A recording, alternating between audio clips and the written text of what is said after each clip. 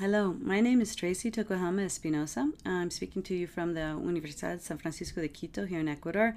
It's a pleasure to be with you here in week 3 to talk about building the mind. As a point of methodology, we're going to be going through a presentation in a video format, but I want you to feel very free to interrupt at any moment. We know the way the mind works is that, waiting to ask questions at the end really isn't the most appropriate way to actually learn a lot of things. So at any moment that you'd like to cut into the video, please tell the facilitator in the classroom. I'd be happy to let my other me, who's live, talk to you. So methodologically speaking, we're going to be looking at a bunch of concepts. This week's focus has to do with 3 main topics: cognitive development and intelligence, then social cognition, other factors aside from general intelligence that actually influence our success to learn. And then we're going to look at early interventions, or things that we can actually do in informal and formal school settings that can impact the way an individual maximizes their potential. Also going back to the methodology of this particular lesson, I'm going to be integrating a bunch of videos along the way. We're not going to look at everything. I've just feel that there's a lot of good information out there and people who express themselves far better than I can about certain topics, so we're going to be integrating those. As you'll see in the slides, we're not going to get to all of the videos, and I'd like to encourage you to do this on your own at home, okay? So in this first topic, what we're going to try to be looking at is linking what Dr. Hudson did last week related to the development of the brain itself, the physical structure of the brain, and actually trying to get a sense of how that brain development influences what the mind is able to do at different stages, okay, of neurological development. And we're going to also consider how what the mind is perceiving in its own environment actually changes or can shape the brain itself. To do this, in each of these topics, we're going to do some subtopics. So in the very first topic related to cognitive development and intelligence, we're going to first consider kind of a historical perspective or evolutionary perspective of anthropological neuroscience, kind of in brief. And then we're going to be looking at 2 key theorists, Piaget and Vygotsky. And then we're going to look at the general global idea of intelligence. Another point about methodology in this lesson is that we know, you educators out there know this already, it's always better to do a few things in depth than to do this huge, scanning of a panorama and doing a lot of things lightly.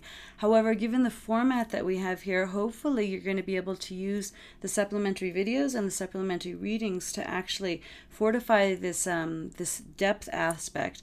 And unfortunately, for the time's sake, we're actually limiting and only going to be looking at contributions of Piaget and Vygotsky because they have been pivotal, whether they knew it or not, in actually giving birth to this field of mind, brain health, and education. So we're going to choose a few people. So sorry if we're not doing your favorite theorists about cognitive development, but the idea is basically to integrate or to look at the processes that they went through, or the types of things that they looked at as far as cognitive development, and then to actually expand on that. And I'd like to ask you later to actually come back and say, well, what about so-and-so's theory or somebody else's way of approaching this? Because there's a whole lot of wonderful information out there. We've just not got the time to actually go into a bunch of it in as much depth as we'd like to. Okay? After that, we'll look at topic 2 and 3, but first we're going to start with cognitive development and intelligence. In this view, we're going to take some, I'd like you to think about these things as we go through these first few slides. Basically, main question in this first topic is how and why and when does the mind develop? Does the brain build the mind, or does the mind build the brain? I'm sure that you've already been thinking about that for the past couple of weeks. How our mental schema or mental constructs develop? How do we understand red? Or how do we understand that math might be a different way of thinking than thinking about literature? Okay, so just how do we think about things, or how do we build these global constructs in our mind? And then finally, what evidence do we have that mental schema are physically evident in the brain? And I'm sure you spoke a lot about that last week. I hope you are actually dig more deeply into this in your sections this week as well. But basically, bottom line idea is that we know that there's physiological changes in the brain even before their manifestations and behavior. So can we actually document when somebody, or when a little kid finally, light bulb goes off and he connects different ideas. Is this possible to do? Okay, so these are the main questions that I like to think about as we go through these first few slides. Basically, this first topic or subtopic related to cognitive development has to do with anthropological neuroscience. There's this idea that basically as humans evolved, their brains evolved. Now, what happened? It's kind of a chicken and an egg scenario.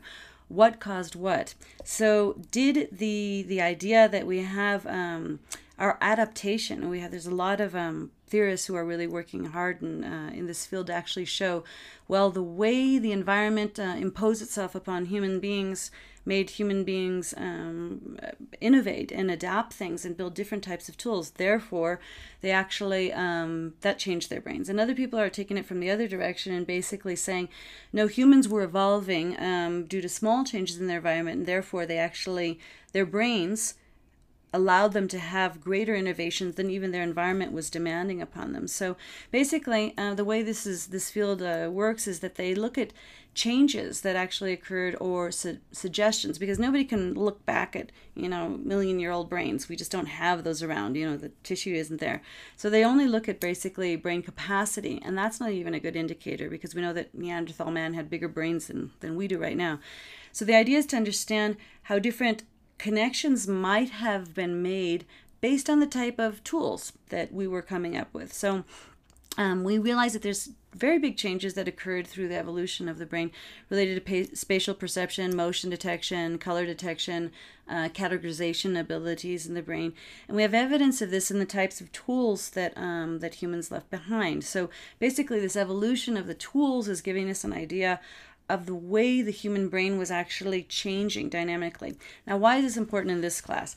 Basically, it's to give us a sort of a forward-looking vision of how it is that little kids' brains in their own individual lifespans actually also develop, based on demands of the environment, based on adaptive abilities, and based on just human ingenuity, the way that the human brain is basically made to learn and to adapt. This is all about survival. So basically understanding that helps you understand how little kids actually go through the motions of understanding or learning new things, and basically what their brains are going through.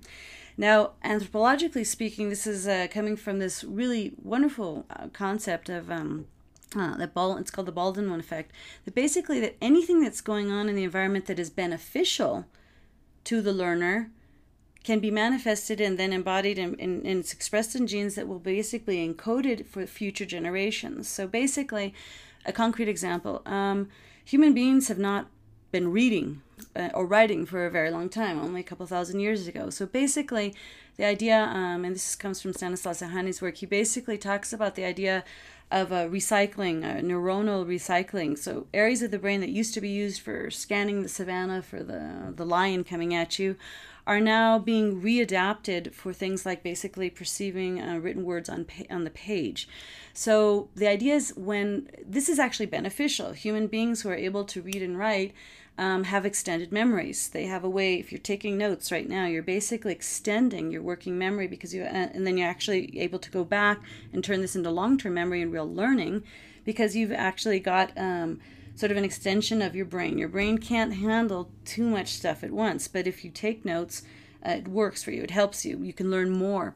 So the idea is that reading and writing are actually beneficial to survival, to the human race. So so that's incorporated, and basically it becomes encoded in your genes so that in future generations have this capacity in an easier way. So basically, we look at the local environment and how, social behavior, the dynamics of social behavior, look at what the needs are, actually turn into what an individual does. Okay, an individual begins to take notes of debts or things that happen to him, or mark things out. And this, if it happens in mass, the whole society is actually working or trying to use these types of new tools, then this actually becomes something that, in an evolutionary perspective, is actually manifested within your genes. So this is basically saying that necessity has caused a change in the way that humans have adapted to what they consider as their new environment. And so that's expressed in their genes, and we actually have people now who can read and write easily. this gives pause to us to think about, what's going on with kids' brains now. I mean, what is actually changing now? How are their brains adapting, and how are they becoming slightly different than a generation ago? And a lot of this has to do with questions of technology, which we can look at later. And I hope that you will explore on your own, because this is a fascinating area of actually the dynamics of evolutionary brain changes that are occurring within this generation. So basically, last question on this first subtopic is, did human brains adapt to the needs of the environment, or did human invention actually change the environment in which they lived, or both? Okay, so I'll leave you with that.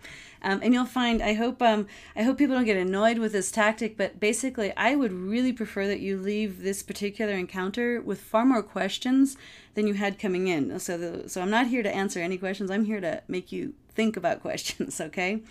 So anyways, now we're going to move on to the second subtopic that has to do with theories of cognitive development. Basically, I'm going to look primarily at Piaget and Vygotsky and look at their ideas about basically looking at this anthropological perspective as well. Their ideas related to the social nature of learning. Is the brain a social organism? Can you learn as effectively just individually, or really do we need, or do we thrive on having other individuals to work with to actually learn? Okay, so we're going to look at those points and also some of their main contributions. We'll start off with Jean Piaget. Jean Piaget was an amazing thinker that today, even though most of his published works come out of the 50s, 60s, we still find that he is a huge contributor to mind-brain health and education science, because basically he considered himself a biologist, but he was actually looking at human development and in these very carefully documented case studies was actually able to sort out and categorize for himself what he would suggest would be 4 key stages of cognitive development in humans. He starts off with the first sensomotor stage, basically 0 to 2 years old, where everybody is always learning through their senses, which we know occurs throughout the lifespan. All learning occurs through your senses. But basically, being limited to sensory input at this stage because you don't have language or other intercommunicative tools, he basically said everything is happening due to your senses, okay?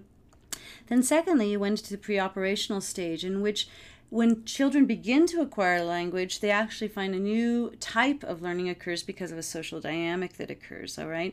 So they're able to count and classify and actually get feedback from others in a more subtle, it's actually a more subtle way of learning things than direct sensory input.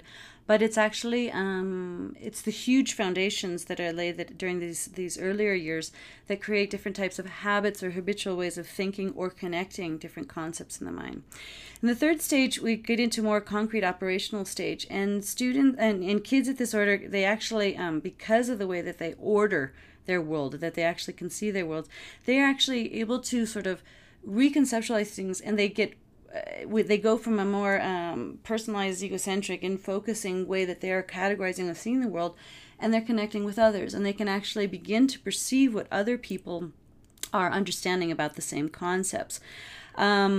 This ability to understand the other, which we'll talk about in the second topic of social cognition, is incredibly huge. There's actually theories that talk about the need to understand others in order to understand yourself. So you're sort of placing yourself in what one person's belief is about a certain idea versus your own belief actually modifies and changes the way that you actually perceive or categorize that same concept.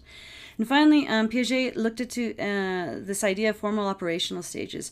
At this stage, people can actually get beyond not only, what do I think, what do you and the other think, but actually into this world of intangibles, of actually imagining what other things could be like. And basically, he sort of stopped at the stage and basically said, this is the maximum we can get to as far as human thinking is concerned, is being able to put all these pieces that only have to do with the concrete world, that only have to do with how I perceive things, that only have to do with the way that I work with the other, but also go beyond that into what I can imagine, into other types of dimensions. So this was a really fundamental, it's a fascinating concept. Why? Because this basically parallels everything that's going on in the brain. Basically, this idea that you have these two bookends here, right? You're going from concrete stages, very, very egocentric, inward thinking, little babies who don't have a real clear concept of anything else but their own personal needs.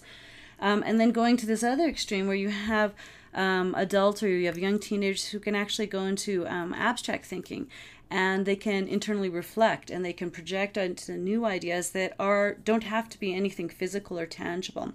So basically these four stages that Piaget presents to us are actually fundamental in understanding how the brain is really constructing itself during this time, and what does this mean as it manifests into actions or behavior in the mind.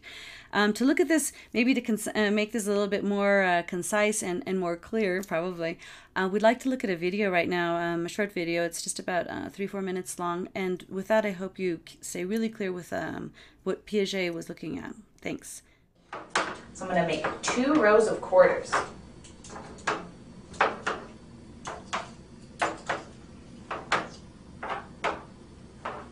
Okay, does this row have more quarters? Does this row have more quarters, or are they the same? The same. The same? Okay, now watch. Now, does this row have more quarters? Does this row have more quarters, or are they the same? That one has more quarters. That one has more quarters? Yeah. Why does that one have more quarters? Because it's stretched out. Because it's stretched out? Yes. Okay, so how many are in this row? 1, 2, 3, 4, 5. Okay, how many are in this row? 1, 2, 3, 4, 5. So, are there more in this row, or are they the same? The same. The same? Yeah. Okay. Okay, so we have 2 sticks. Is this stick longer? Is this stick longer, or are they the same? The same. The same? What about now? Is this stick longer? Is this stick longer, or are they the same? That stick is longer. This stick is longer? Yeah. Can you tell me why? Because you moved it over. So now it's longer. Yeah. Okay, tell me. I'm going to pour blue water into each of these cups, and you're going to have to tell me when they have the same amount, okay?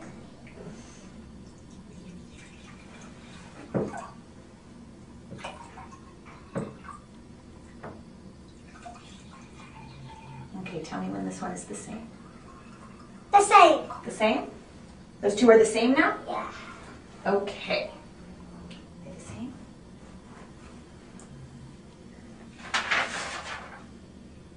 Good? The way that's the same. Huh? Good. Okay, now watch this. We're going to take the blue water from this glass, and we're going to pour it into this glass. Now, does this glass have more water? Does this glass have more water, or are they the same? Has more water. This one has more water? Yeah. Can you tell me why? Because that one's higher than that one. That one's higher than that one. Right. Can you tell me, does this ball have more Play-Doh? Does this ball have more Play-Doh, or are they the same? That one has more Play-Doh. That one has more? Yeah. Let's try and make them the same. Make them into 2 of the same size. What about now? They're the same. They're the same now? Yeah. Okay, now watch. Now, does this one have more Play-Doh? Does this one have more Play-Doh, or are they the same? That one has more Play-Doh. That one has more Play-Doh? Can you tell me why? You smushed that one. Because that one's smushed. How about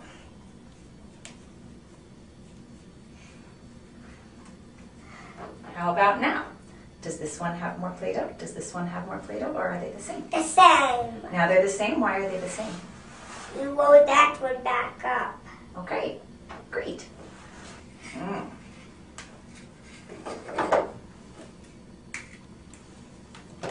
Okay. Did we share the graham crackers fair? Is this fair? Yes. Yes? Can you tell me why it's fair? You have one and I do. I have 1? You have 2 and I have 1. Is that fair? No. No? How about now? Now that's fair. Now that's fair. Why is that fair? You have 2 and I have 2. Okay, now having looked at that, that's kind of Piaget's perspective on things. Now we want to look at some modern core concepts. Many of you probably already know this wonderful, the Center for Developing Child here at Harvard is actually fabulous in its work with looking at what's going on, in young children's brains, and actually to sort of divide some of these really important ideas. We're going to look at 3 really short videos that have to do with experiences. How is it that experiences then, at all these different stages that maybe Piaget was referring to, and what we're going to look at it with Vygotsky in a minute, how does that actually build the architecture of the brain, okay? And then in a concrete way, because of the social nature of learning, why is it fundamental that there is this exchange between a knowing adult and a learning child, all right? Serve and return concept.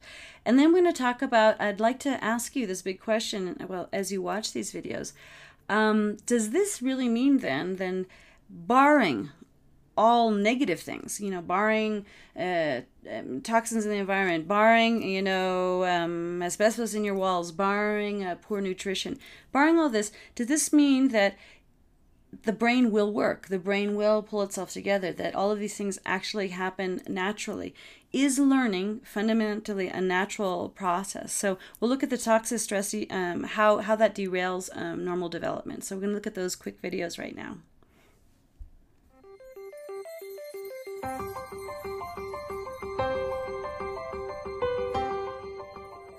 A child's experiences during the earliest years of life have a lasting impact on the architecture of the developing brain. Genes provide the basic blueprint, but experiences shape the process that determines whether a child's brain will provide a strong or weak foundation for all future learning, behavior, and health. During this important period of brain development, billions of brain cells called neurons send electrical signals to communicate with each other. These connections form circuits that become the basic foundation of brain architecture. Circuits and connections proliferate at a rapid pace and are reinforced through repeated use. Our experiences and environment dictate which circuits and connections get more use. Connections that are used more grow stronger and more permanent. Meanwhile, connections that are used less fade away through a normal process called pruning. Well-used circuits create lightning-fast pathways for neural signals to travel across regions of the brain. Simple circuits form first, providing a foundation for more complex circuits to build on later.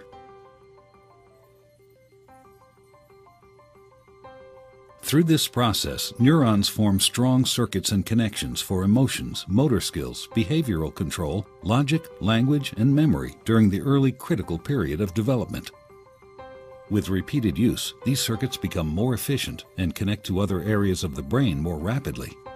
While they originate in specific areas of the brain, the circuits are interconnected. You can't have one type of skill without the others to support it. Like building a house, everything is connected, and what comes first forms a foundation for all that comes later.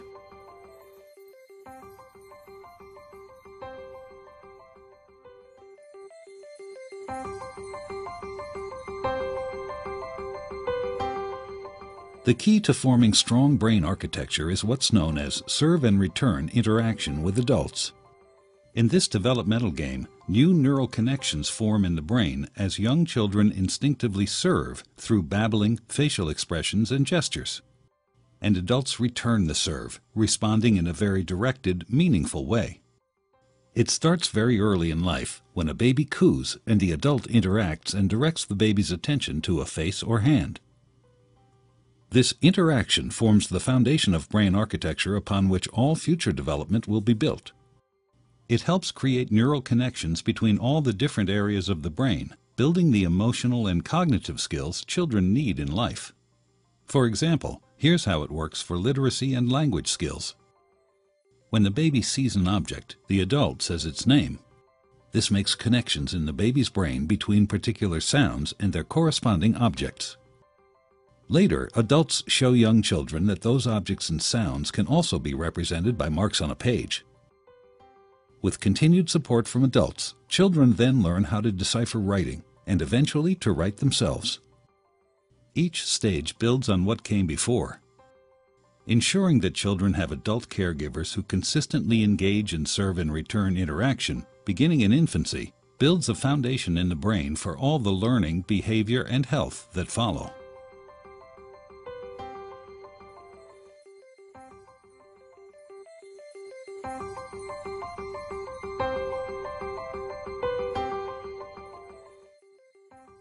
Learning to deal with stress is an important part of healthy development.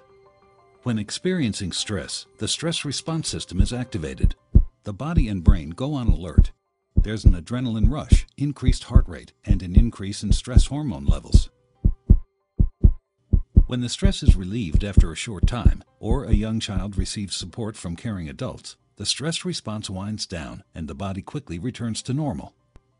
In severe situations, such as ongoing abuse and neglect, where there is no caring adult to act as a buffer against the stress response stays activated.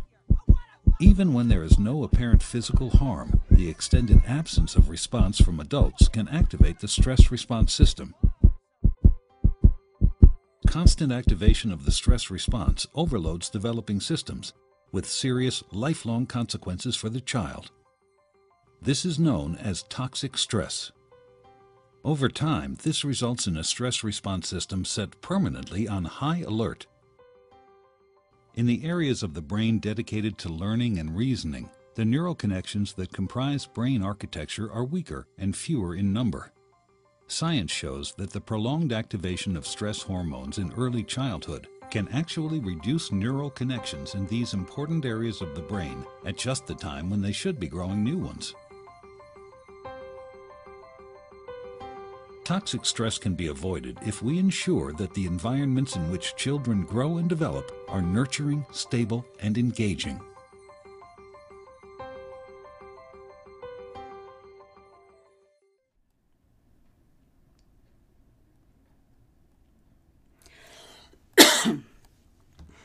Okay, now we're going to move on to Vygotsky's influence on mind-brain health and education. He did a lot of amazing things, but we're going to focus on three big ideas, three of his biggest ideas, or maybe his most well-known ideas, because they do have a direct contribution to mind-brain health and education. First, we're going to talk about Vygotsky's concept of inner voice, how do we think, with words or without words.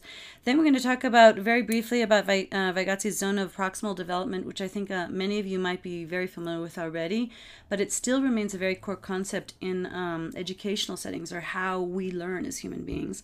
And finally, we're going to look at Vygotsky's cultural historical psychology, or this perspective that not only do we need to care about the kid, the individual, his social connections with other human beings, but also the grand influence that culture, or that your society, or that the influence that you might have from the country that you grew up in, or the language that you're speaking, how does that actually also shape the way you think?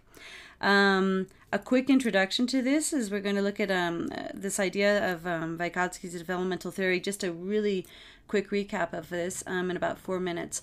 What I'd like to encourage you to do is there's a fabulous lecture in the classroom, much longer, it's more than an hour long, that really goes into depth to Vygotsky's work. So if you're interested in these concepts, I encourage you to look at that video as well. Let's take a look at this quick video here.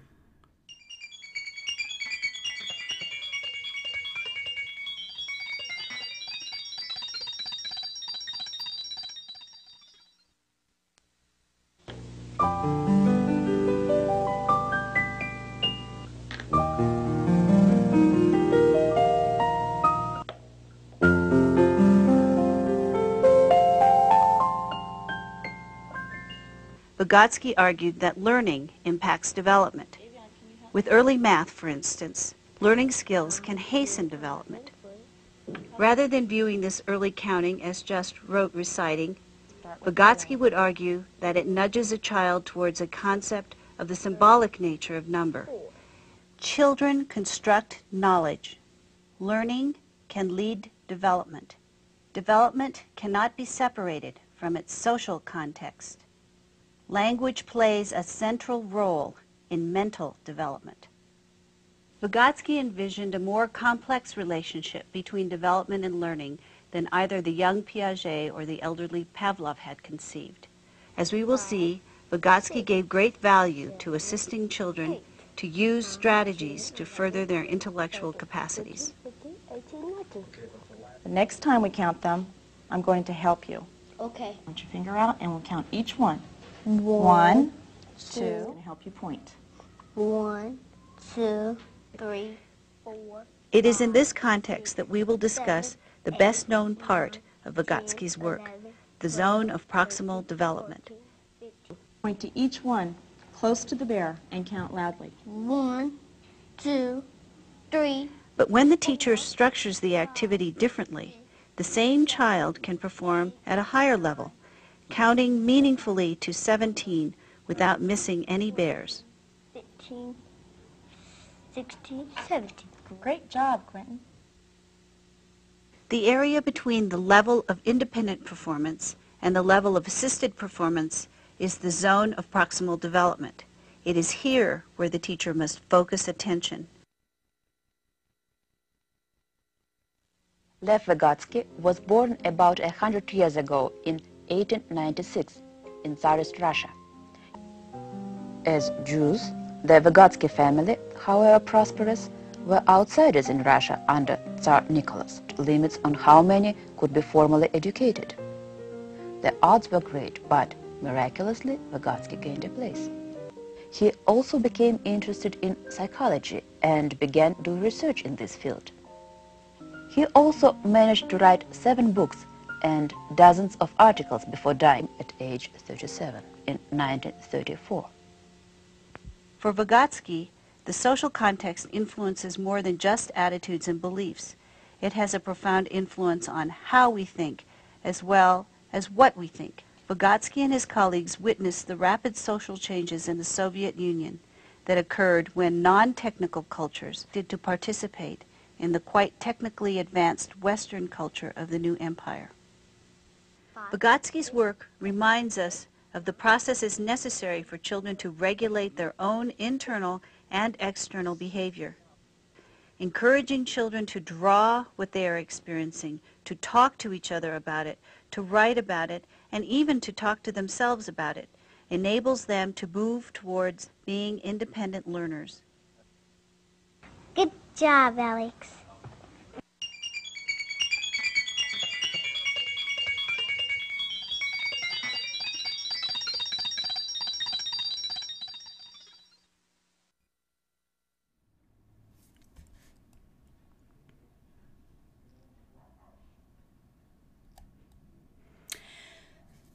So let's look at this first concept of that Vygotsky presented us related to inner speech, which is fascinating if you think about it, because a lot of these things are, I don't know if you've all read Langley's work, but basically we do these things mindlessly. We're not even conscious of these things that are going on. But he talked about this idea of there's speech without thought, okay, and then there's thought without speech, but then there's this verbal thought that's sort of laid somewhere in the middle. But the perhaps the main idea here related to the concept of words to speech, or this understanding of how do we think. For example, the main question here is, can you think without words, or how do you think? Or is thinking word dependent? Okay, so he believed that inner speech is a natural state. Okay. Basically, we're always bouncing these ideas off around in our heads, right?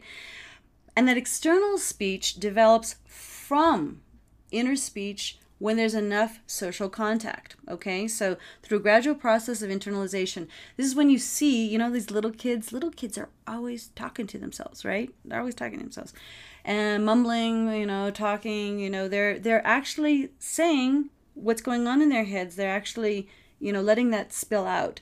But basically, Vygotsky says with the maturation of the brain and with the maturation of inhibition skills, basically we stop allowing that, you know, speech to come out, except for if we're schizophrenic or have other types of problems. We stop that kind of external speech from spilling out when we're just thinking, and we limit it to when we have social interactions. So we generally don't talk to ourselves a lot out loud, okay? So thinking out loud. So basically the main idea here is that the natural state of having all these ideas bouncing around in your head always will exist through maturation, we begin to inhibit allowing that to just spew out into the world, and we basically regulate that with our social connections with other people, okay?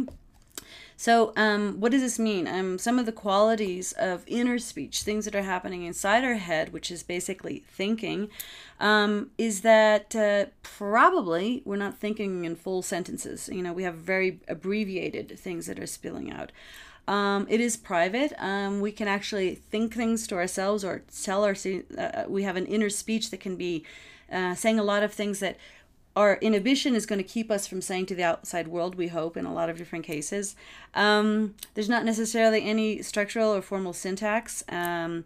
It's predicate-oriented, it's condensed in its meanings, and there's far fewer words that are happening in our heads. And you might have, and a lot of people, there's some newer theories that actually are trying to see, you know, is it really word-dependent, or can concepts be thought of without words? Are there, you know, blobs of visual things as opposed to, you know, going through this word type of thing? So I'd ask you to think about that yourself. I mean, right now, as you're trying to connect, focus on these things, you know, somebody just walked in with a coffee, you guys have got all kinds of other stuff going on in your lives, your personal lives. How is that, you know, how are you regulating all those different calls of attention that are all over the place and being able to focus hopefully on what we're doing here in class together? So basically this kind of self-regulation thing, this basically, you know, shortened, abbreviated way we're embodying different concepts. How do you think about thinking? Are you thinking in words? Is it possible to think without words? Can concepts be expressed in ways that are non-word related? So these are bigger questions that still remain. Really, it's very, very hard to measure this. We can do brain scans while people are doing recall of words, and you can look at different parts or different links or networks that are connecting. But to say whether or not that is representing, and you can, in general, see, are we looking at a visual concept or are you looking at a word-based concept? You can see that when people are thinking. But it seems that the brains are just so unique in that sense. How are there different preferences? Are there some people who do think more in words and some people who do think more through visual images? We just don't know that yet, okay?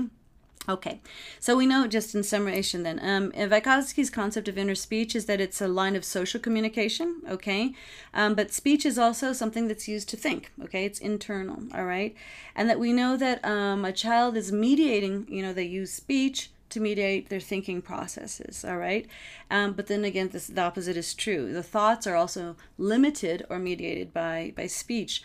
Those of you who are interested in language, and we're going to do another unit on this, which is really fascinating to me, is that there are, especially related to multilingualism, that, you know, are your concepts, are your thoughts limited by the words that you have to express them with? Can you think more broadly if you have more language skills? We'll get to that in another unit, okay? So basically, external speech is basically taking thoughts and putting them to words. So this is basically the general concept that Vygotsky had about inner speech. A second huge idea that Vygotsky has is related to the zone of proximal development, which many of you have probably heard. Basically, you know, there are things that a kid can do on his own. There are things that a kid needs help with. And basically, in this little space in between, if we can actually mediate this, we know what a kid knows, we know what is not known, and then those things that are in the middle there, if we can help that kid mediate that through information that's given by either a knowing adult, and can be even another peer, but basically what's just beyond that kid's reach. This is what a kid knows. This is what he wants to know. He just doesn't know this, but what's just beyond his reach is the zone of proximal development. And this is mediated learning with a guidance or encouragement from another caregiver. So basically, if we look at this, we realize that you cannot put something way too high up and call this a zone of proximal development. If it's really far beyond the reach of an individual, is what he already knows, he won't learn it. But if there's this, if it's just beyond his reach, it's very easily facilitated with somebody who knows just a little bit more. The concept that is used often with Vygotsky's zone of proximal development has to do with scaffolding. When you build a building, you put up these beams on the outside and you sort of help build the second floor and the third floor. Well, the idea is scaffolding is this concept in which the child will actually build upon information from somebody else, these beams that are hanging there, and to be able to reach a little bit higher than he might be able to do on his own. All right. So basically, summarize the zone of proximal development. Vygotsky believed that learning always precedes development in the zone, which is very interesting. We can debate that. And the development always follows a child's potential to learn. So basically, if a child has a very low potential in some area, the zone is going to help him a bit, but it won't really get him there. So basically, there is this, a child's own innate potential to learn something as compared with a zone. You have a high potential and a good zone of proximal development, you're going to have learning. But what happens if you have low potential in an area? How much can the zone of proximal development actually help you? Okay, that's interesting. And then finally, the last concept is the zone of proximal development is a prospective view of cognitive development as opposed to a retrospective view. So this means that we're talking about a child's innate capabilities, his independent way of actually learning things, and that coupled with his connection to societal context. Okay. The last point, Vygotsky, the third point that's very important for us to look at in the context of mind, brain health, and education, is Vygotsky's cultural, historical, psychological perspective. He believed that it was not just the individual who had experiences, nor his interaction with a one-on-one with an individual or a friend or a peer or a parent, but rather the entire society had an impact on the way an individual can learn, given the way cultural tools are mediated, for example, language, or exactly the way that we actually choose to interact with one another.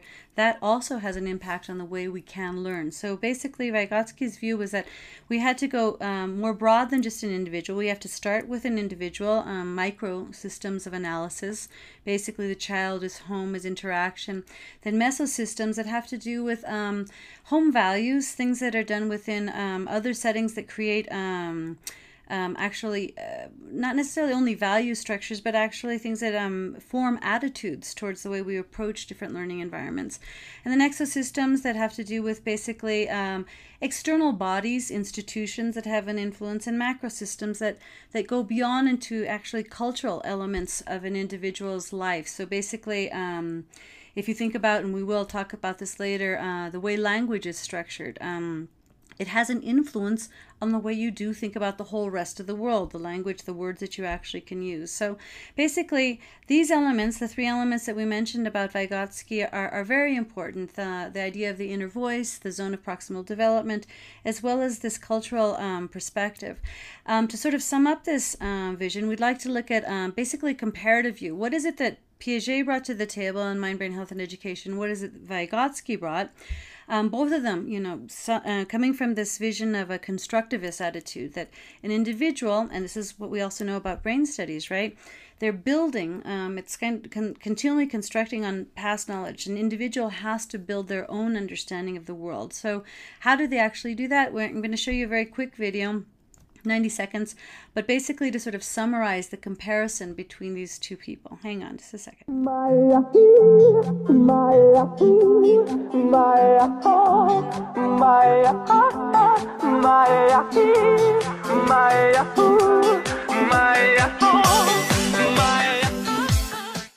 Piaget argued development precedes learning, holding that we interpret the world through mental schema, allowing us to make sense of our environment.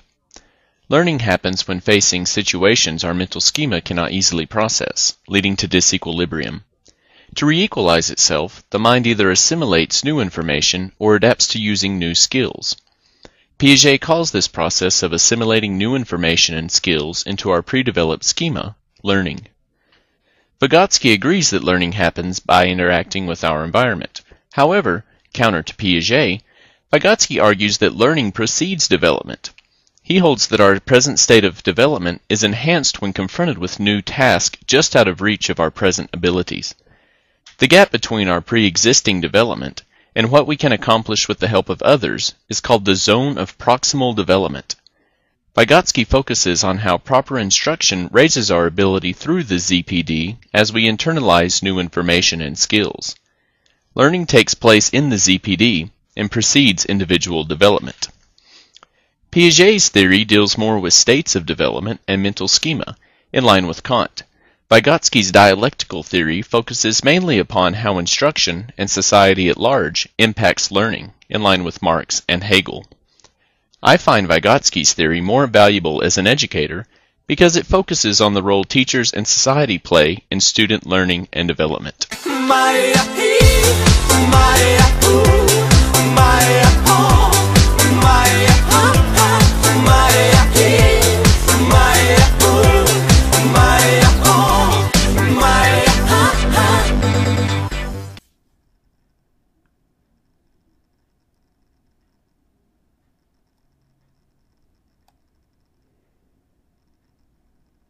So as we can see, basically there's a distinction between Vygotsky and Piaget fundamentally in where we believe what is our core analysis, what is the greatest influence on an individual's learning potential.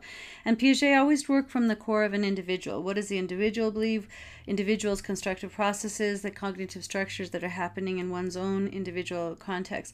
On the other hand, we find that Vygotsky put a huge emphasis on the great role that the individual society or where that person grew up or the cultural aspects of learning. So we know that both of these things, you can't say one negates the other. They're both very important theories and they're actually complementary in so many different ways. But it's where we put the emphasis in their view. And this is also something for every individual here to actually think about. We're talking about mind, brain, health, and education in a balanced way. We're talking about cognitive development, trying to look at all these different ways that you can envision this. Nobody's asking you to buy into any of that 100%. The idea is that you're actually able to form your own visions of this after seeing how others have approached this task. Okay, so we're going to move on now from this idea of cognitive development and to actually look at the way that this is measured. Intelligence, it's fascinated human beings forever. But we have basically it's very intangible. I mean, how do you measure intelligence? And that's something that we've always been driven to do. It's not necessarily the smartest thing to do. So we'll have to think about, is it intelligent to measure intelligence? To do this, I want to ask you all to sort of think about some guiding questions here. And this is again, how, the why, and the when of things. How, why, and when is intelligence formed? What evidence do we have that intelligence is fluid? That means it's ever changing. There are people who still think today, somebody's born good genes, here you go. This is basically it. You're born with a potential and that's about it. Is that always true? I mean, how dynamic is intelligence? Are you changing? Is your brain changing every day? Is that a reflection necessarily of intelligence, or could you be changing to become dumber? I mean, we have to look at what is the dynamics of the brain interaction there. But basically, do we adopt the idea that all intelligence is fluid? It can change. People can get smarter, or do we accept another notion that basically intelligence is fixed? You have smart kids and dumb kids, and that's about it. And then finally, is the quality of our thinking dependent on the quality of our language? So when we talk about intelligence, we're also going to talk about ways that we actually manifest this. How do you demonstrate that somebody is smart or not? And does that come through language or other means?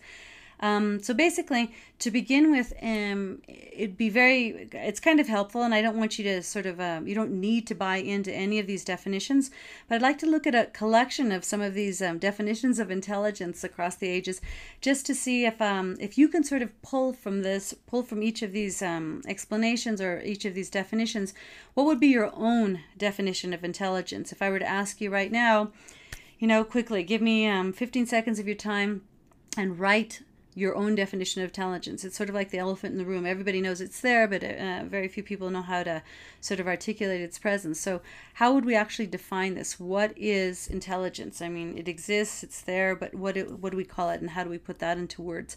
So some of the definitions that exist are really related to functions. So basically, and these are things that are very interesting because you can correlate them directly to different brain functions or networks in the brain. So the ability to use memory, knowledge, experience, understanding, reasoning, imagination, and judgment in order to solve problems and adapt to new situations. the capacity to acquire and apply knowledge. So that leaves the definition, what is knowledge? But we'll move on from there. Individuals different from one another in their ability to understand complex ideas. So that's a very different thing. It's not just the functional element of do we have good memory, but can we adapt to new situations, or can we create or react to complex ideas? Others talk about the ability to learn, understand, make judgments, have opinions. So this goes more into not an aptitudinal thing, but actually an attitude towards things. Can we actually judge the way things are either good or bad? Or that it's a general mental capacity that, among other things, involves the ability to reason, plan, solve problems, think abstractly, comprehend complex ideas, learn quickly, and learn from experience. So these are some very generic definitions of intelligence, but I think if I were to ask you right now, can you sort of separate these at least into two broad categories? Just think about that for a second while we look at a few more. Others say that it seems to us that intelligence, that there is a fundamental facility, the alternation or the lack of which is of the utmost importance for practical life. This means this is something you're actually born with. Okay, so that sort of is a hint as to the categories of information that we have. So what we can see from Binet's perspective, Alfred Binet is basically, yes, he's Stanford Binet. He's one of the founders of the famous intelligence test that some of you may know about. But basically, he was looking at intelligence from a perspective of something practical, common sense, initiative, the faculty of being able to adapt to different situations. So this puts a different face on things. When you have these types of definitions, you understand exactly what these people are actually looking for. And in Binet's case, for example, it's this concept of memory, for example, is absent. Though we know it's fundamental to intelligence and learning, Binet says, well, that's not what his focus was. He doesn't care how well you memorize things. He wants you to be able to see, for example, patterns in things and to adapt to what would be coming next. So it's a very different perspective on intelligence from the first definitions we saw. We also see that some people believe that intelligence is more an adjustment or being able to adapt, as we saw in some of those first definitions. So it's not all the things that you know, but it's actually what you have the potential to know if you actually change ideas. So you can have a bunch of good information here, but the minute that you join them and look at them in a different light, you can actually adapt and create something even better. This is the kind of 1 + 1 is 3 idea. The more ideas you have, the better ideas you can have because you can join or adapt to new circumstances.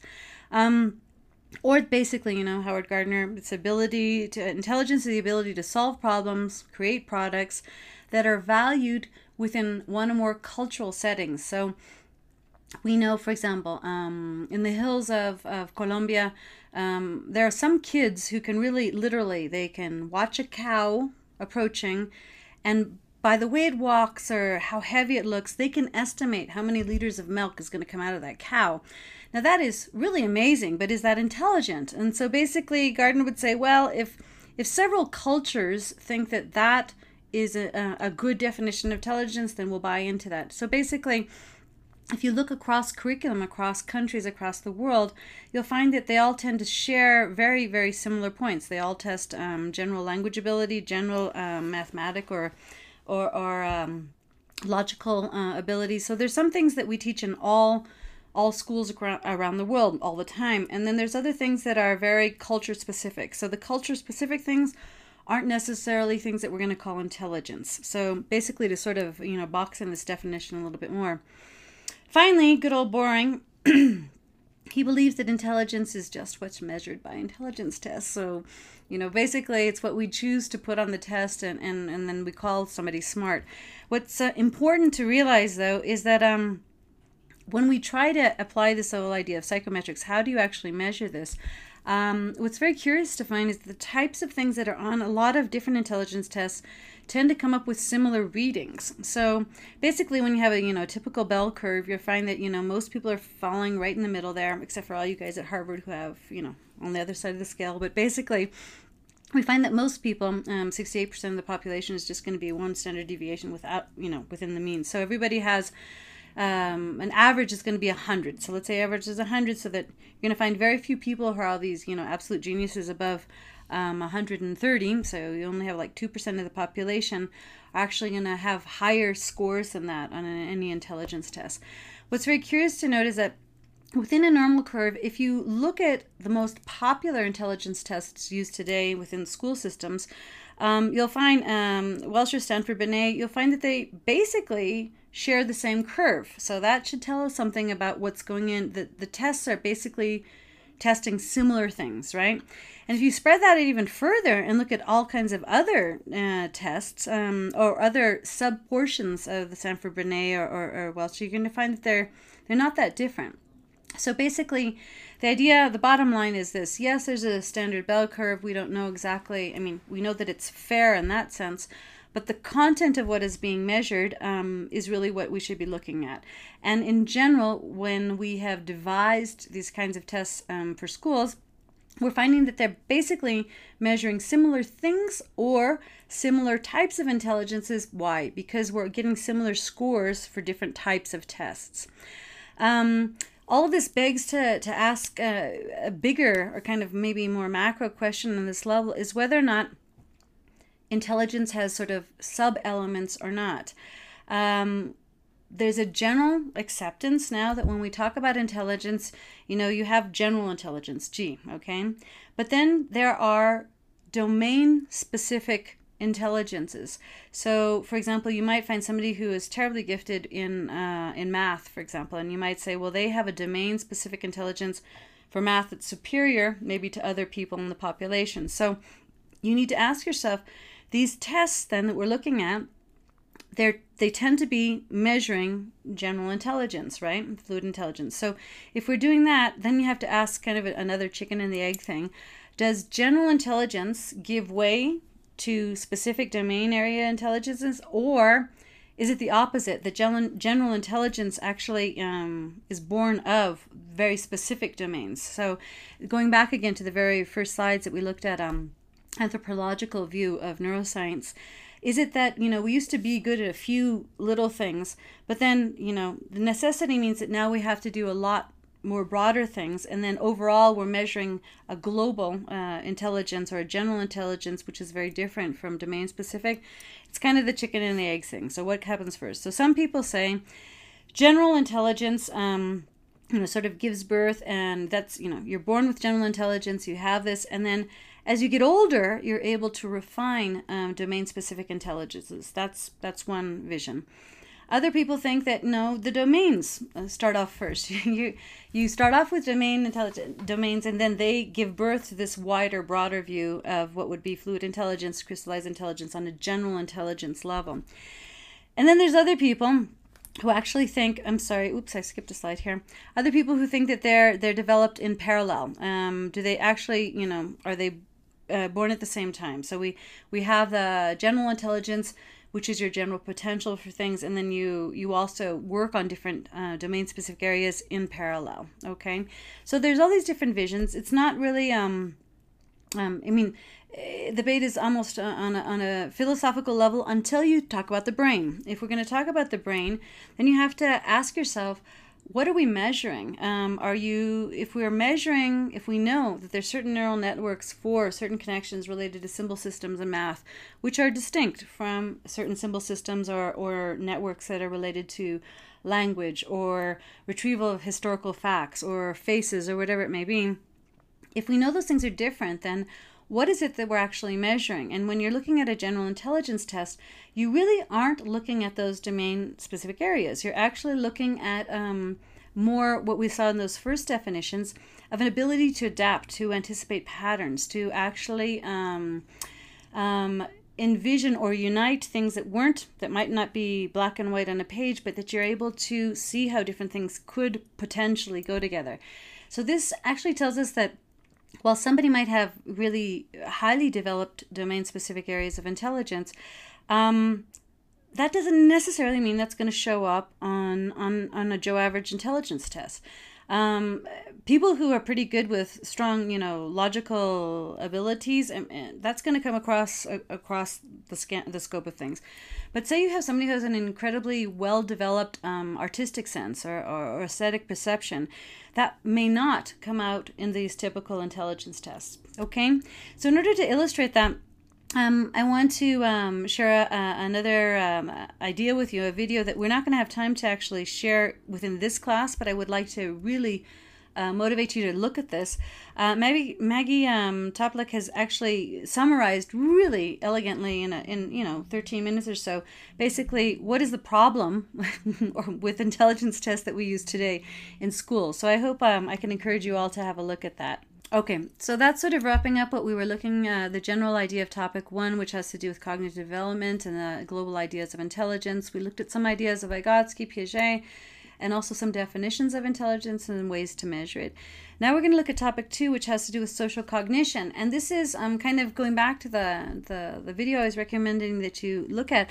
Well, we might value or prize or measure certain types of cognitive aspects of human development. There's a whole lot of other stuff going on that actually influences the success with which we can learn. So we're going to look at an idea, a concept of theory of mind, the social nature of learning in general, and then have a quick peek at Kohlberg's moral stages of development and Salovey and Mayer's emotional intelligence concept, just to sort of round out the picture. What does it mean to have a well-rounded person who actually grows and learns throughout their lifespan? So we're going to start by looking at, again, some leading questions that we can start off with. Basically, why do some people believe that cognition is socially constructed and shared? Okay, so is cognition dependent on social interaction?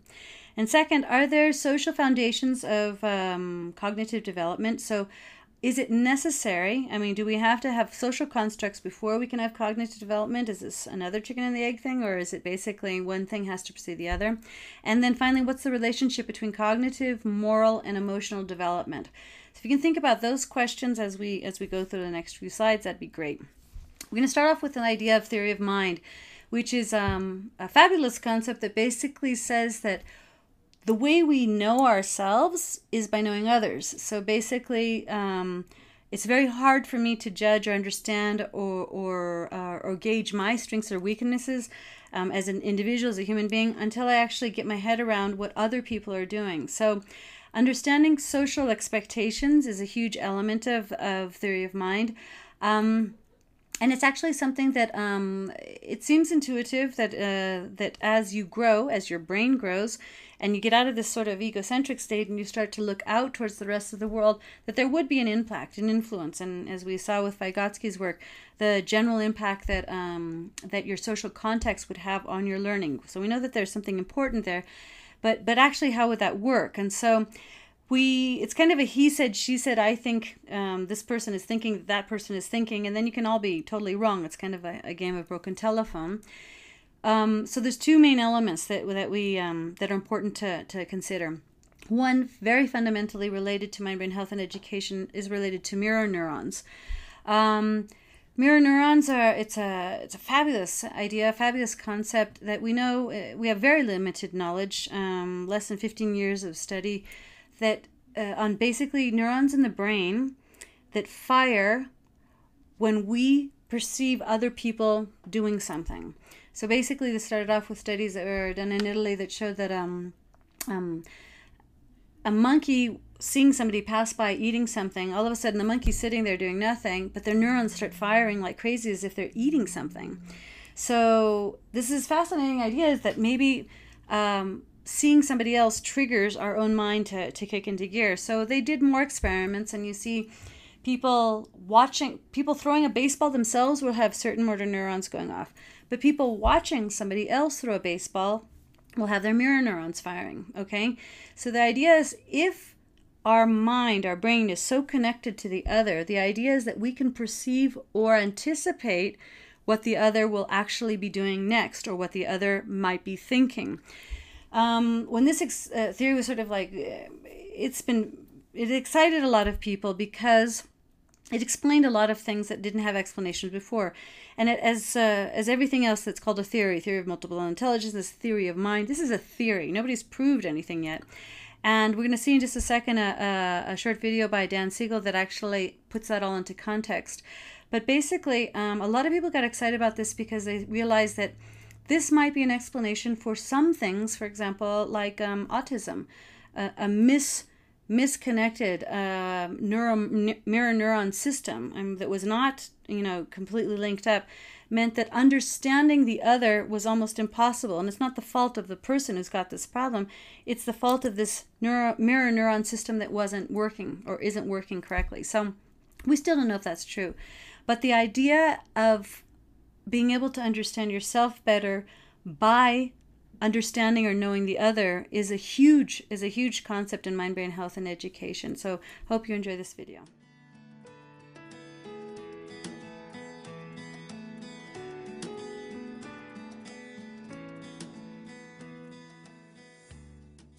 But when you look at the details of how these neurons, the system of mirror neurons, how it works, then the exciting discoveries unfold.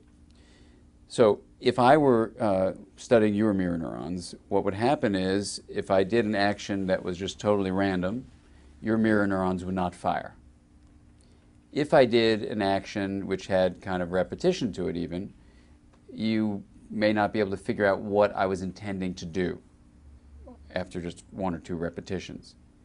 But if I were to take an object that would signify to you what I was trying to do, like this bottle of water, just notice what your feeling is.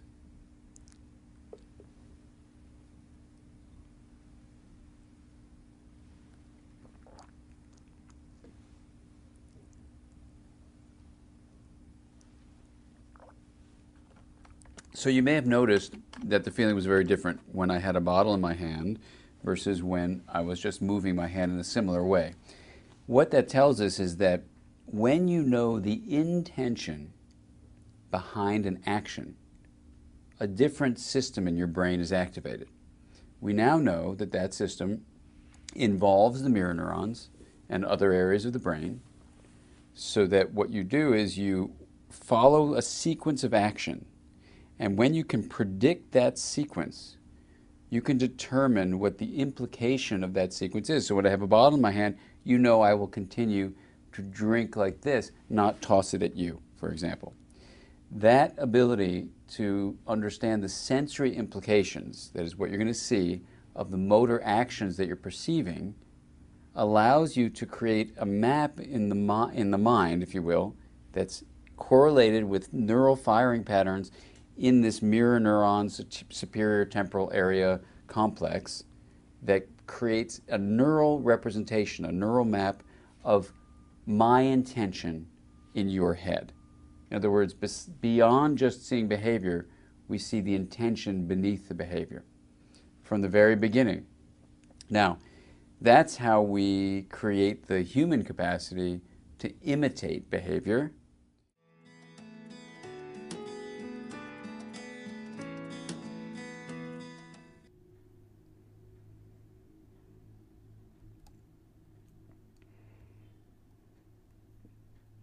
So a second concept of theory of mind, so mirror neurons might be an explanation of this idea of theory of mind, but a result or a resulting situation or a resulting structure of theory of mind has to do with a false belief test. And they find that when children develop, as they grow older, as their brains get more connected, that they are able to not, and as Piaget was pointing out before, even earlier, when we saw earlier in the class, what is at face value isn't always what is true, but the older you get, the more you realize this. So one of these ideas of theory of mind has to do with a false belief theory, which I think is better expressed in the video we're about to see right now.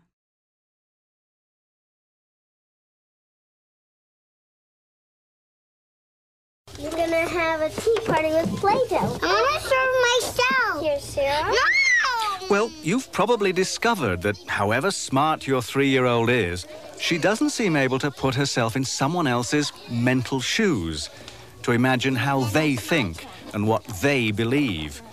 Perhaps you thought your parenting skills were to blame, but scientists suggest that understanding other minds is a skill that may not be fully developed until a child is about 4. To learn how children's social skills evolve between about 3 and 4, researchers use something called a false belief test. What do you think's in this box? Looks fairly obvious, doesn't it? Crayons. But let me show you. I filled it full of candles. All right, now I close it up again. While you and I have been having this conversation, Snoopy has been down here asleep. Doesn't know what we've talked about. But let's bring him into the conversation. Now I have another question for you. What do you think Snoopy will say if I ask him what's in this box? Crayons, obviously. What else could anybody possibly say? Well, watch this 3-year-old. What do you think is inside this box? Okay, let's open it up and see. Candles. Now, you can ask the child what appears to be a very simple question about that. What did you think was inside the box when you first saw it? They say, oh, I always thought that there were candles in this box. Then you can ask them about someone else. So you can ask them about Snoopy. Snoopy's been sitting here. He hasn't seen this box. He's never seen us open it up.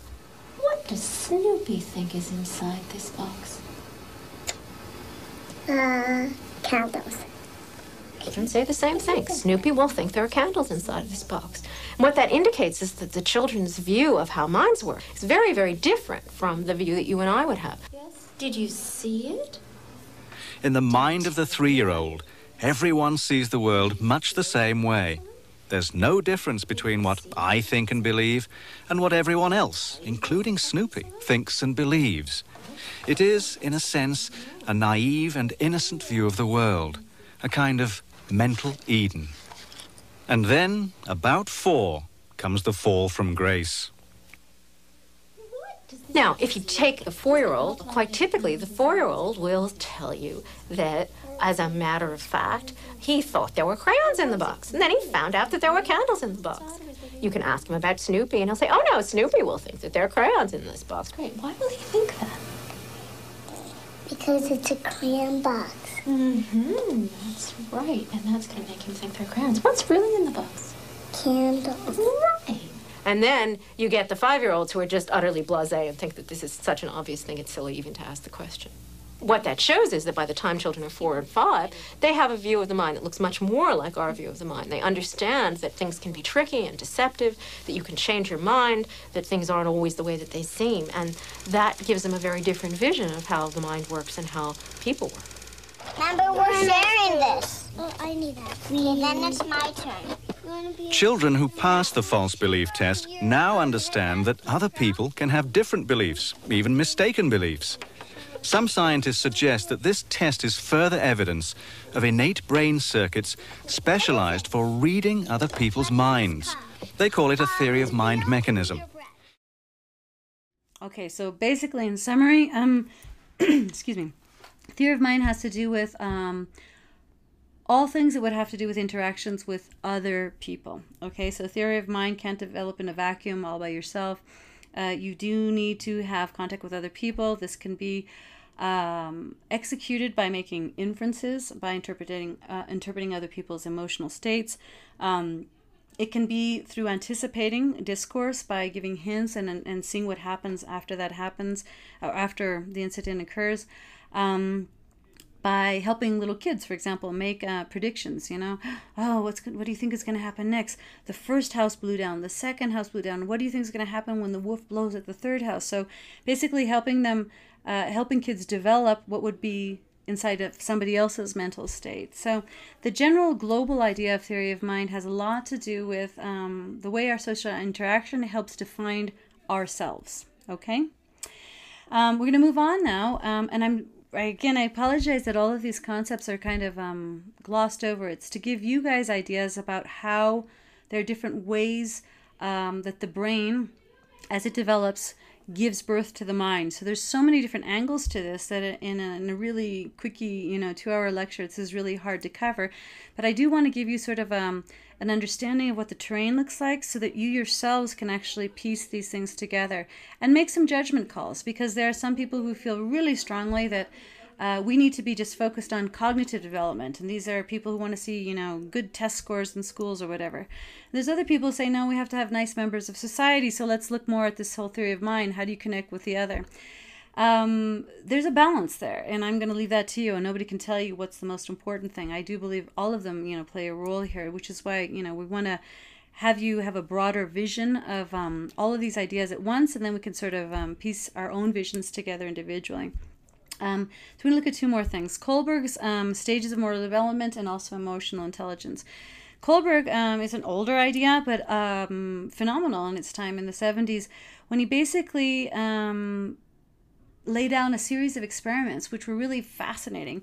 One of which I remember to this day were really catch your attention, because you'll find that different kids at different ages will actually be able to reach different types of moral standards. So you can't expect, a 2-year-old to be morally righteous, but you might expect an 8-year-old.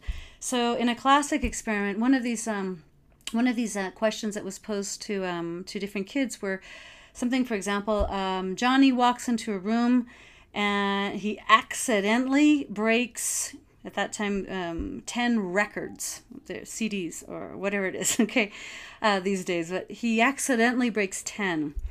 Then another scene. Mary goes to Pepito's house and on purpose breaks 1 record. So here's the big dilemma here. You ask the kids, well, what was worse? And inevitably, younger kids, under around 7 or so, 8 years old, they will always say that quantity outweighs everything. It was far worse to break 10 records. Until they get a little bit older, then they'll say, no. Doing something bad on purpose, that is worse than the quantity thing. So basically, this theory went around a bunch of these case studies where they would give situations that had to do with, stealing medicine to help your sick wife and other things like that. Basically, to come under to figure out at what stages really can we expect that that individuals develop this. And then nowadays, some very fascinating researchers try to see if how does that actually parallel brain development. I mean, what is going on in there that actually allows for those types of connections to occur? And we talk about social cognition. Basically, we return once again to good old Piaget to see there's different stages really when you have this outward-looking vision is more highly developed, and understanding the other does become much more important. So basically, he had Kohlberg stated basically three key levels. And he also linked those things to types of two kinds of conflicts. So basically, in the first stage, you have kind of the obedience punishment, so sort of black or white thing, right? And this is kind of focused on a very much self-interested stage. And this is, of course, he parallels this with younger ages. And then you have conformity and interpersonal accord versus authority and social order. Okay, so basically school-age kids can handle that. And then you get into when we're talking much more about the social connections, social contracts, and then even broader universal principles. Yes, I love my friend, but if he steals something in the store and somebody says, did somebody steal something? I will say he stole something. So basically, there are things that are bigger, perhaps, than even our close friendships. There's what is correct. You've all seen these terrible movies where, the husband-wife turns over their spouse and says, yes, he was wrong, So basically, this acceptance that there are things that are a higher order of things, they're even more important, perhaps, in social relationships. So anyways, that's Kohlberg's ideas, and they're very, very important. And they're closely related to something that came out in the 90s. 1989 was actually 1990 was the first time this came out.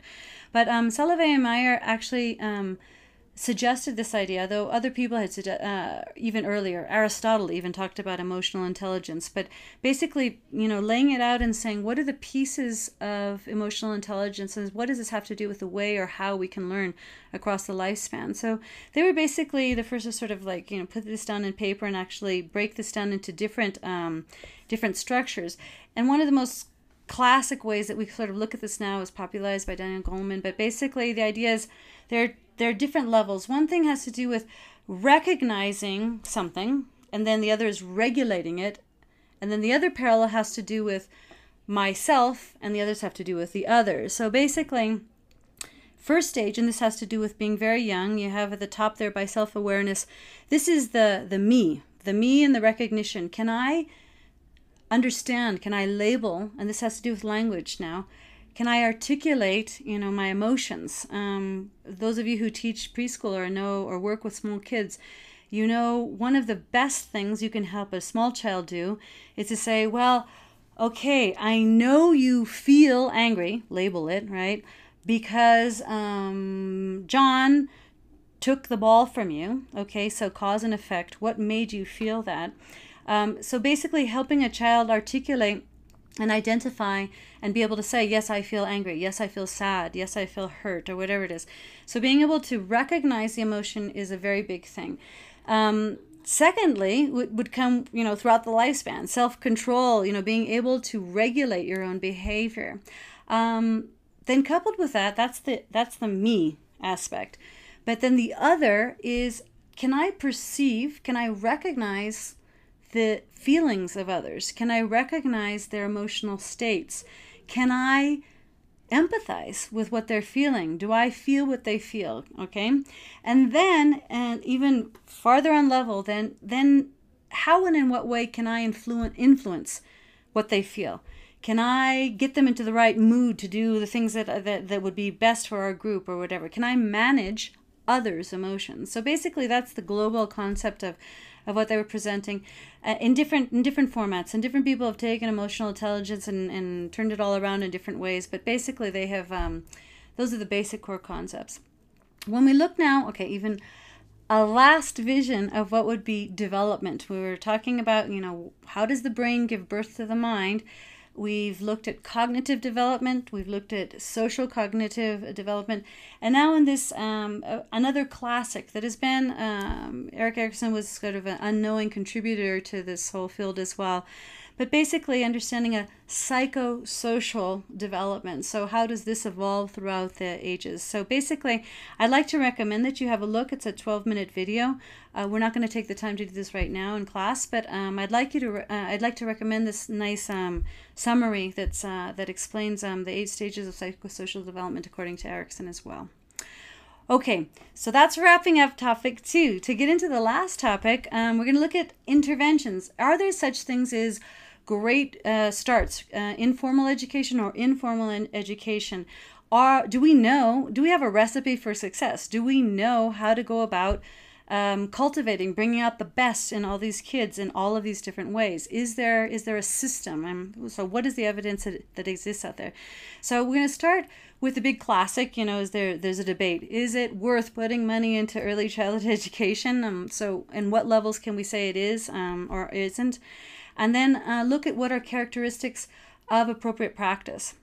And then from there, we're going to look at a couple of examples of informal learning environments that are successful and also formal learning environments that are successful. Okay, so we'll round out the lecture looking at those points. To do that, I'd like to begin with basically this debate on early childhood education. And recently, in 2010, there was a very big meta-analysis of the effects of early education interventions on social and cognitive development. So this was very important. There's a lot of studies out there that only look at whether or not school test scores went up if you went to kindergarten or not. This study was actually a lot broader and tried to understand what were the general benefits to the individual cognitively and also to society. What were the other things that came out of actually going to early childhood programs? Again, a wonderful video, but we're not going to have time to look at it in class. But this has to do with generally the debate. You've got a bunch of experts here in this video, giving the pros and cons about, having early childhood education. So I encourage you to watch this video if you have time. What were the findings of Camille's study? Basically, that attending preschool, high quality preschools, and we'll talk about characteristics of good preschools in a minute, but if you attend a good preschool, there is a positive impact on cognitive outcomes, social skills, and progress through school completion rates. And so in general, they conclude that high-quality preschools are associated with positive effects for cognitive development. However, there's little empirical evidence to show us how to design these types of structures that work the best. So when you get the NEYC's position paper statement, They basically look at how should we form young children? What is developmentally appropriate practice in early childhood programs? So they basically try to spell out in a couple of different points we're going to look at here, what would be, if you were looking, say you're looking for the preschool program or kindergarten program, what are the characteristics of the most successful programs, okay? So basically, and this is actually looking for birth through age 8, we're going to look at some of the indicators that they point out here. They basically say that all domains of development, now this is very important when we talked about whether or not intelligence tests are just measuring cognitive development or not, and when we talked a little bit about social cognition, they say that the best programs out there look at a balance of different domains. They look at the physical development of a kid, social, emotional, and cognitive domains. I mean, they're all considered to have equal place in the curriculum. Secondly, we understand that different aspects of children's learning, they have certain sequences. We know that certain things, you have to crawl before you walk and walk before you run. We understand that basically this... The developmental stages need to be very much present in the mind of the people who are working with kids. You can't push kids to do something that they don't have the foundations for. So basically, developmentally appropriate practice, basically going back to the whole developmental concept, is that those caretakers have to be very, very aware of what types of things should precede other things. So a kid coloring within the lines, is that really necessary for them to actually be able to do pre-literacy skills or whatever? I mean, basically helping understand what would be indicators of that. A third point has to do with development and learning the idea that development and learning proceed at varying rates, and so we can't expect all kids to do all things at the same time. We have to have that space to differentiate across the learning spectrum. This is very hard because we created an educational system that advances kind of by ages, and that's not always the smartest thing to do. Ages are a good indicator of certain milestones, but they definitely vary within maybe even a 12-month span. Steven Pinker's work about language. Certain language milestones can vary up to 12 months in either direction. So we have to be very careful about what we expect. And given point 2, it's much more important the order of skills as opposed to the age at which they're learned. The fourth point is that development of learning results from a dynamic, continuous interaction of biological maturation and experience. So basically they're saying nature-nurture question is like resolved. It's just a balance between all of these things, okay? Number 5, early experiences have profound effects, both cumulative and delayed, on a child's development, which is why we're focusing very much on this early stage of formation of the brain and the mind in this particular class. And that there may be some optimal periods for certain types of things. We know that kids who were tied to cribs in Romania and didn't have a lot of physical activity have a very difficult time, depending on the age that they were finally taken out of that setting, to actually learn gross motor skills. We know that same thing can be true for language, which we'll look at in the coming weeks. 6, development proceeds towards greater complexity, self-regulation, and symbolic representational capacities. This is identical to what Piaget was saying. So basically, it's that concept put into practice here. 7, children develop best when they have secure, consistent relationships with responsive adults and opportunities for positive relationships with peers. So 6 is telling us, okay, look again at Piaget's developmental stages. And 7 is saying, hey, wait a second, more important or equally important is this whole social cognition, this relationship with others to actually know ourselves better. 8, development and learning occur in and are influenced by multiple social and cultural contexts. This is harkening back to, who was it? Begins with a V? Yes, Vygotsky. So basically, all of this development has to happen within cultural contexts. And so this is important, so you can't really import different models. You can't say, oh yes, what worked terribly well in Singapore, let's do this here in California or whatever. It doesn't really translate. So basically, the influence of cultural limitations or cultural expectations are really huge on learning in preschools. 9, always mentally active in seeking, good programs are always mentally active in seeking to understand the world around them. Children learn in a variety of ways. A wide range of teaching strategies and interactions are effective. So basically, this is just general good practice in instruction. Just teaching one thing one way all the time doesn't work. If in this class you were only told, do the readings and we'll give you a test, that is not nearly as effective as saying, do the readings and attend a lecture. Or do the readings, attend the lecture, take notes. Or watch the video, do the readings, take notes, and look at other videos. The greater variety of ways that you have to bring the same type of information into your brain, the easier it will be to retrieve in the future. So basically, the suggestion is that a greater variety of activities that reach towards the same goal are best practices in early years, and I would say across the lifespan. 10. Play is an important vehicle for developing self-regulation as well as for promoting language, cognition, social competence. So basically, what is the job of a preschooler is to play well. 11. Development and learning advance when children are challenged to achieve at just a level beyond their current mastery. What is that one called? Again, Vygotsky? Zone of proximal development, right? Kids who can reach just a bit beyond what they already know, that's developmentally appropriate practice. So basically, to be able to do this, you really have to know your kids well. You have to know what the kids already know and make them stretch just that much more than they already have. 12. Children's experiences shape their motivation and approaches to learning. Persistence, initiative, flexibility, these are all what maybe Arthur Costa would call habits of mind that are developed over the lifespan. Allowing a kid to give up, that's terrible practice. But basically helping them persevere, get through things, and rewarding when they take initiative to try new things, that's how we develop the right types of habits of mind for a kid across the lifespan. All those points probably don't catch many of you by surprise, and those of you who are parents probably think that that's old hat. But actually getting them put down into paper in 2009 was a huge leap, I think, for a lot of us, because basically these things had been intangibles up to then. But if you notice, and a good exercise would be to go back to those 12 points and see just how many of those were actually just taken straight off the page from Piaget and Vygotsky. So have a look at that again. Okay, informal learning, just two concepts that I'd like to point out to you.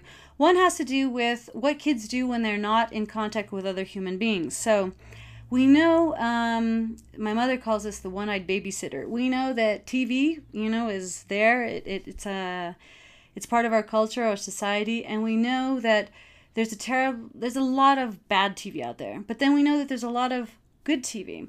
The Children's Television Network, Sesame Street program that started in, I believe it was 1968, absolutely fabulous initiative to try to get kids on an even playing field. They found that kids who came from houses with lots of books, with parents who read, came into the school system, age 4 or 5, better equipped for academic success than those kids who came in usually from poorer neighborhoods, who didn't have lots of books at home, who didn't have parents who read to them, and those kids would stay behind forever. So basically, the idea of Sesame Street was, can we create a level playing field? If we do pre-literacy, pre-numeracy in an entertaining way on television, is that going to help get an even playing field? And then they've shown, generation after generation, I don't know how many of you are Sesame Street babies, but I grew up with it. And thanks to Sesame Street, I got where I am, I think. I mean, good parents and all the rest of it. Yes, my parents read. However, the idea of having this support, this falling in love with learning, loving letters, loving numbers, loving how those things go that are associated with amicable characters is a positive thing. So there are informal learning experiences that also shape the way we take in information about the world in future years. For those of you who have time, I would love for you to have a look at the video. There's a 10-minute video here on Sesame Street, and actually where it was grounded. You'll find some wonderful studies that were done in Harvard in the late 60s to actually help guarantee their formula of how each program is designed to actually take advantage of natural attention spans of kids and where they tended to look on the screen and to call attention to these things so that kids could actually dominate these symbol systems of letters and numbers very easily. We also know informally that secure home environments are key. And this harkens back to one of our first questions. If barring all bad things, then does the brain just learn? Or is it really necessary to have the good things, some good stimulation? So is neutral just as good as, you know, strong or weak things. We'll have to look at that, and we'll have to revisit that in the discussion sessions, because I think that's very important. But basically, having secure home environments, we know, gives kids a head start in any culture. Now we're going to look at some formal learning, early childhood interventions, which are important to be aware of for those of you in mind, brain health, and education, because they do have a great impact. All of these come from education. I'm an educator. I'm totally biased towards the E part of the mind, brain health, and education. Although I understand the whole balance of things, I'm much more informed about educational things than I am about any of these other aspects that we've been discussing about brain and mind. However, I'd really love for you guys to take the time to get to know Jeffrey Canada's work in the Harlem Children's Zone project. It's just fabulous to see what across-the-board interventions can have at an investment that's a fraction of the cost of putting somebody in jail, let's say. So that was basically his premise. He said, look at how much it costs to keep somebody in jail. If we just spend a fraction of that on doing prenatal care, taking care, ensuring that the kids get into school, that they stay in school, that they have regular health checkups, look at what we could do with that amount of money. So I'd love for you guys to have a look at that video if you have time. PNC Grow Up Great, obviously they're in the Perry preschools. They're all wonderful initiatives. We're going to take a little bit deeper look at Head Start. But basically, if you look across the board, the studies that have been done recently, they coincide with what we were looking at Camilleri's studies, is that basically there is a savings, you know, that's given to society when you do have high quality preschool programs. We're not getting into the negative. There are some terrible structures out there, and they cost us money because you develop bad habits. It's not that, I guess somebody once told me, practice doesn't make perfect. Practice makes permanent. So if you have kids in a poor school structure from early ages, you're creating bad habits that will persist. So what we're talking about here are good programs. The good programs have a huge benefit to society. They keep people healthier. They don't get sick as often. They don't go to jail as often. They stay in school longer. They contribute better to the economy. There's all kinds of positive things that come out of good or well-structured programs.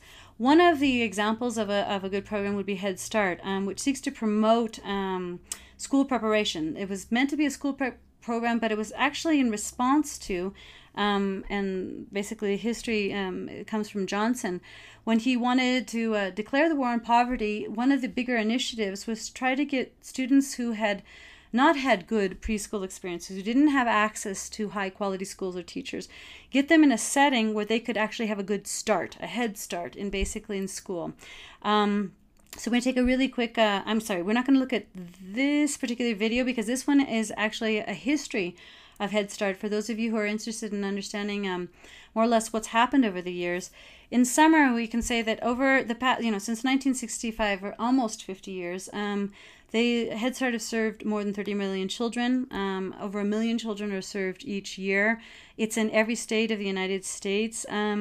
And it started off as sort of a short project. What would happen if kids had a good dose of good prepping, if parents were taught basic things about nutrition and health and all this, and it sort of grew into this much broader agenda to actually help kids develop good habits about self-reflection, about social interaction, beyond what was just the idea of giving opportunities to people from poor neighborhoods to actually get a good head start in school. So it's actually grown in its mandate.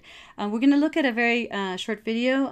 It's less than 4 minutes, just sort of giving a general global view of what Head Start is and what it's meant to some people who have been benefited by Head Start.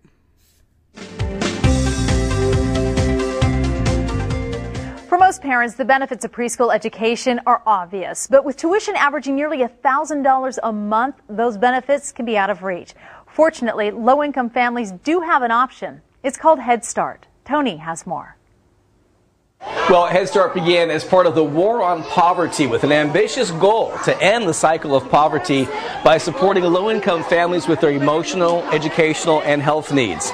Now, more than 40 years later, thousands of families are still reaping the benefits, and you're about to meet one of them. Soraya is very outgoing, loves everyone, loves her classmates. She's a good kid. She's a leader. She'll lead the pack. The Head Start program is structured, and there's curriculum here. This definitely brings out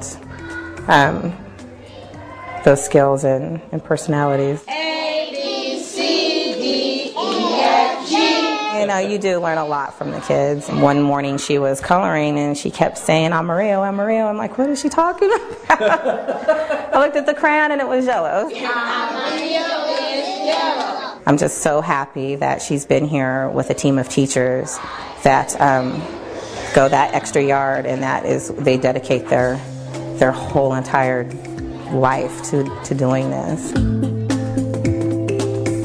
I didn't really shop, but you do your research on your teachers, and I knew that this particular center had teachers with 10 plus years. These are people that I will never lose contact with.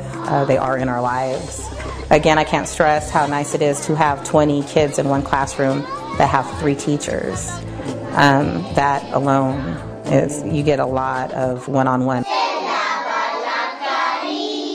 It's important for them to like school and make it a place where they're comfortable and they can enjoy themselves, but then still getting the input that they need to move on. S-A-H-R-Y-A. For these Head Start preschoolers, the first step towards moving on will be their upcoming graduation. I think I'm more nervous than she is. It's an actual ceremony. We have cap gowns, tassels. They will be probably performing something for us. It is very overwhelming. I can't explain how excited I am about it. Her future is wonderful. I am not worried about her whatsoever. She's a wonderful kid. We got wonderful children in this group. All of them are wonderful individuals. I am very confident that my child is going to be fine. And what a great feeling. It is. It's wonderful. That means that I'm doing my job too. Head Start's a federal program, and it's been around since 1965, and so it's been studied hundreds of times. Now, some studies say there are no benefits. Others say the benefits don't last. Others still say that it boosts a kid's IQ and makes kids more likely to finish high school and go on to college and live happier, healthier lives. All I can say for sure is that it worked for Soraya, and that's made Soraya's mom a very happy parent. I'm Tony Martinez. Thanks for watching. You can learn more about Head Start by finding them online at nhsa.org. This has been Better.tv. We're always on with tips and ideas to make your life better. Send us your thoughts, ideas at Better.tv. Together, we'll make your home, family, and life better. Thanks for watching. So basically, as you can see from the video, there's a whole lot of different elements to this. But basically, this is the general philosophy and the physical structure of how they actually work things. Everything, rotates around the child, but with a high dose of family intervention. It's basically, it takes a village. You basically have to have a whole community working towards this development. So basically, that's the formal structure as it is right now. We know that they're all over the different parts of the country. They have more presence in other places. But it's basically saying, okay, get kids at 4-year-olds, get them into a preschool so that by the time they start kindergarten, 5-year-olds, we actually have everybody on a level playing field. Okay, sorry for the marathon run through all of these topics. Deep breath. Let's look at final reflections on this. We looked at the first topic that had to do with cognitive development, intelligence. We looked at a second topic that had to do with the importance of social cognition. And in this third topic, we looked at certain interventions that actually can facilitate or make some of these better qualities that we see, or the most positive interventions come through. To bring this all back to the global idea of this whole class, mind, brain, health, and education, think about this. Now, we've looked at cognitive stages of development, social situations, emotional states, psychological well-being, and we also understand the impact of biology. We haven't spoken enough about what actually nurtures that, and nurtures in the sense of nutrition. Okay, we should talk a bit more, perhaps about things that have to do with health issues based on good nutrition in the early years of life. But a child's biology is not his destiny. This is something that's a huge message, I think, as a takeaway.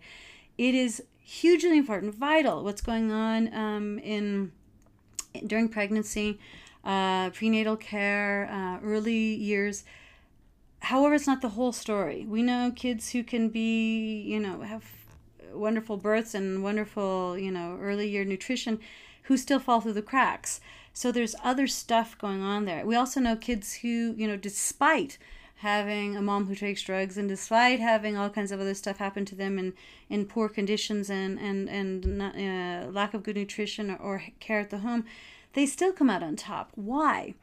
So there's a big question here left, what's the resiliency question? How far can you stretch, human beings? And which of these pieces makes the most or has the most impact? That's the whole reason we look at this as mind, brain, health, and education as a balance. If anybody tells you if you just do this, that will happen, it's just not true. There's just such a huge range of human variety and potential here. So we have to keep open to that. So basically, I want to close by just inviting you to have a look at those extra videos that we'd mentioned, and to think about these guiding questions that we talked about, most especially, how is it then that brain that you were looking at last week, how is that it gives birth to the mind? And with that, we'll close right now. Thank you very much.